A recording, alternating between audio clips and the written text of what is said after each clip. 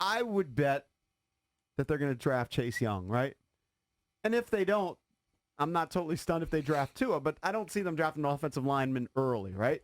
So you're not going to draft somebody in the second round. And I was just thinking about that offensive line. And if you want to chime in, 800-636-1067, it's kind of in terrible shape because Trent's gone.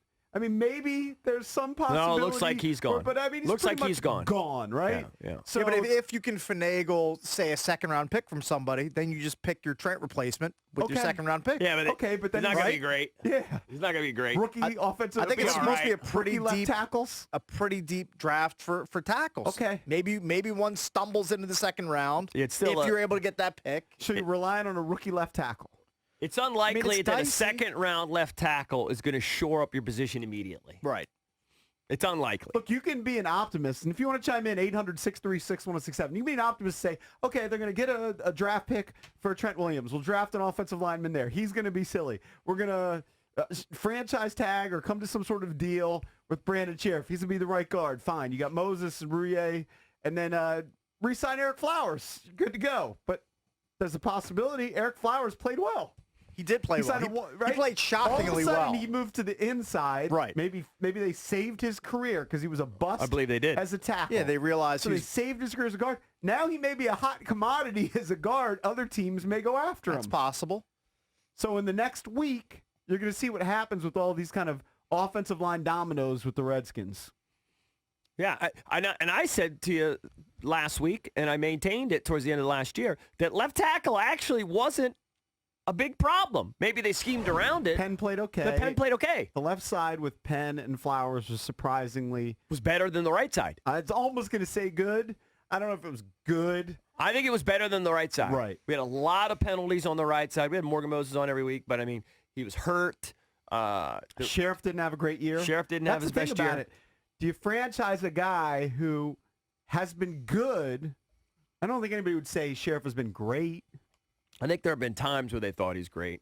I think his reputation precedes him a little bit, but I would lock him up because they're hard to find. He likes it to be here. He's pretty much a warrior.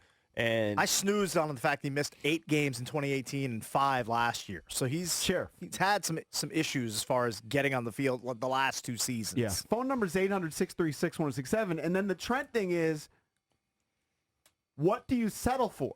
Would you settle for a third-round pick for Trent Williams? Like, we don't know how hot the market is. I read an article on NBCSportsWashington.com by J.P. Finley, Redskins insider, and he was talking about multiple teams being interested in Trent Williams.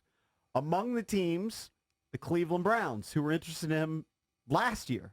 And there's apparently a Bill Callahan connection. No, Bill Callahan. Of course there is. I don't know if he's the offensive line coach, but he's now part of the staff in Cleveland. And the Browns... they've got 1 pick in the first round, 1 pick in the second round, 2 third-rounders. What if they won't give up a second-round pick for Trent Williams? Would you accept the third-round pick for Trent Williams? It depends on what the market bears out. Maybe a third and a fifth or something. Get all the teams that are offensive line deficient in the hunt for Trent, so that hopefully you can Here's the thing: grab a second-rounder for him instead of a third. I actually said last week that I think that Trent's going to be humbled here, and he's going to find that the market is not necessarily what he thinks it is, right? Because he missed a year. Mm-hmm. He's had a lot of injury issues. He's obviously capable of being disgruntled. He's had suspension issues too, by the way. Yeah, he's right on the break. I would always fear, like, if he gets popped one more time for a PED or something like that, he's out for And he years. also wants to get massively paid. It would be easier to deal him if you could just deal him on his current salary. But he and his agent, they want an extension. Right. So that is going to complicate things going forward with teams. Like you could flip him pretty quickly, I think, for a decent return if you were just willing to play on what he's supposed to make this year. Right. Well, that was the whole deal of why they should have done it last year. Right. And they just refused. But here's what's encouraging, because I would have bet all the money I had on against this. Josh Norman has apparently signed a 1-year deal worth $6 million with the Bills.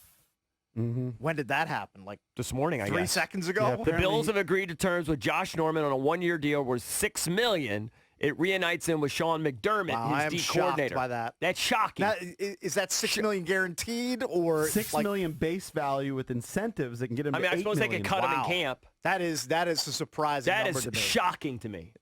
The only thing I'll say is, I mean, he's terrible. And we've had tons of Redskins fans over the year point this out.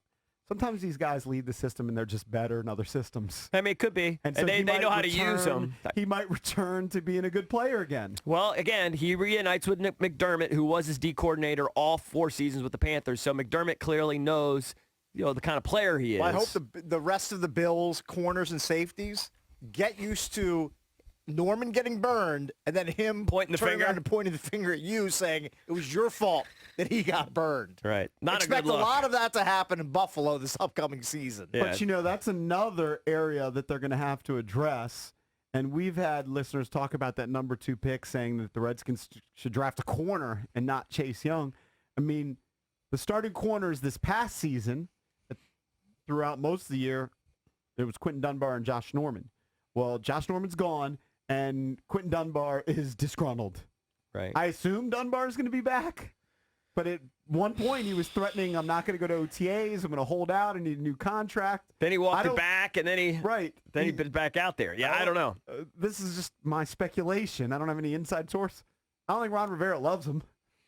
I don't think Ron Rivera is married to anybody on the old roster. I think that's what it is. I don't think he has anything against him. Right. He just this is like, hey man, you got to show up for me. Let me see what you got. Let me see the kind of person you are. Let me see the kind of practicer you are. What your work ethic is. What kind of character you got. Yeah. Before I just give you a long-term deal, which I think is reasonable. Now, in his defense, I think it's also reasonable that he's played very well these last couple of years, and he wants to be paid like a premier guy with this contract coming up. So I see both sides.